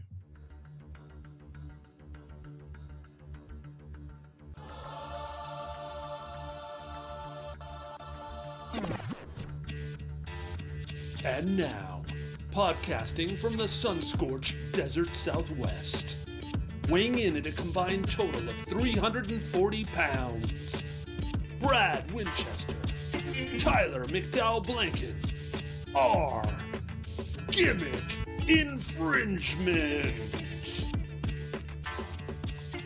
Welcome, everybody, to the Gimmick Infringement Podcast. I am Brad Winchester, and with me, as always, is my tag team partner, Tyler McDowell Blanken. Tyler, it is Money in the Bank weekend. Heatwave aired today. What a week of pro wrestling. How you doing? I'm maxed out, Brad. In the best ways. We knew heading into this weekend it was going to be busy, it was going to be jam-packed. I say this all the time, but I got to mention it right off rip. We have so much to get into. Yes. In wrestling, in pop culture, maybe in our own lives. I know we have a few. Yeah, check out Gimmick Infringement each and every Sunday, late Sunday night, early Monday morning on the YouTube channel of the 19 Media Group. But before I go, I have to give one more plug, and this is actually the singular plug to my bro, Tyler McDowell, who's doing great things. He has started his own situation for AZ, bringing awareness to Black teachers in the state of Arizona, bringing awareness to the wonderful, wonderful things that they're doing in the world of education. And he also has a YouTube / podcast backing this up. And I don't know why I'm blanking right now. So as usual, I'm going to let him tell you yourself. For AZ, I'm your host, Tyler McDowell Blanken, and we are rolling out the yellow carpet once again for another fantastic guest, Trevor Knox. Have you ever met a colleague and right away you just knew you would become fast friends? Well, that was the vibe when I met Trevor about 2 years ago. Trevor comes from a family of Arizona educators. He grew up in Phoenix, ultimately graduating from Arizona State University. He's worked at a community center, served as a secondary history teacher, and currently works at ASU's Teachers College. During this conversation, we discuss his path to the classroom, chaperoning school dances, transitioning to higher education, and the Splash Brothers. That said, thank you for tuning in. The reception to our first 2 episodes has been absolutely amazing and so humbling. If you enjoy what we're creating, please take a moment to like, subscribe, share, review, all the things. All right, it's time. Here is Space and Grace, a conversation with Trevor Knox.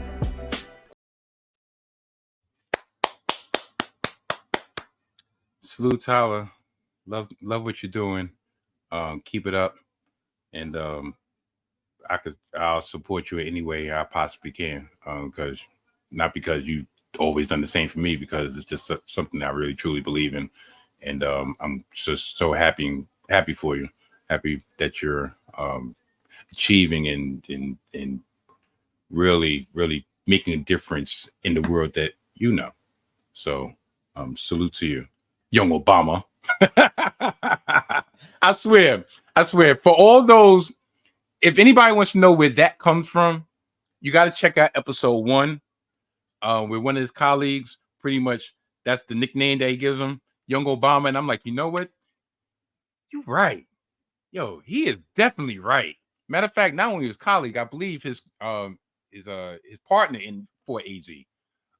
So check out Gimmick Infringement, check out Hidden Gems Football, check out for AZ, and of course, check me out. Just because. So without further ado, I'm going to get them out of here. I will see y'all next week for another smorgasbord of the salty thoughts of Mike Steph. Maybe just not another 2-hour episode. I had the bookend it. 2 hours before I went away. 2 hours when I come back. We'll get back into the regular swing of things, right? So Stitch, you got anything to say? Fuck that! Clear, guys. Fuck that! You shut your mouth. Doesn't mean that this shit stops. The ref doesn't give a fuck. Yeah, that's right. Doesn't mean that nothing stops. Nothing stops. We keep it moving. We keep it moving up. We keep it moving. We keep it moving up. So with all that being said, I'm going to get up out of here until next week. Goodbye.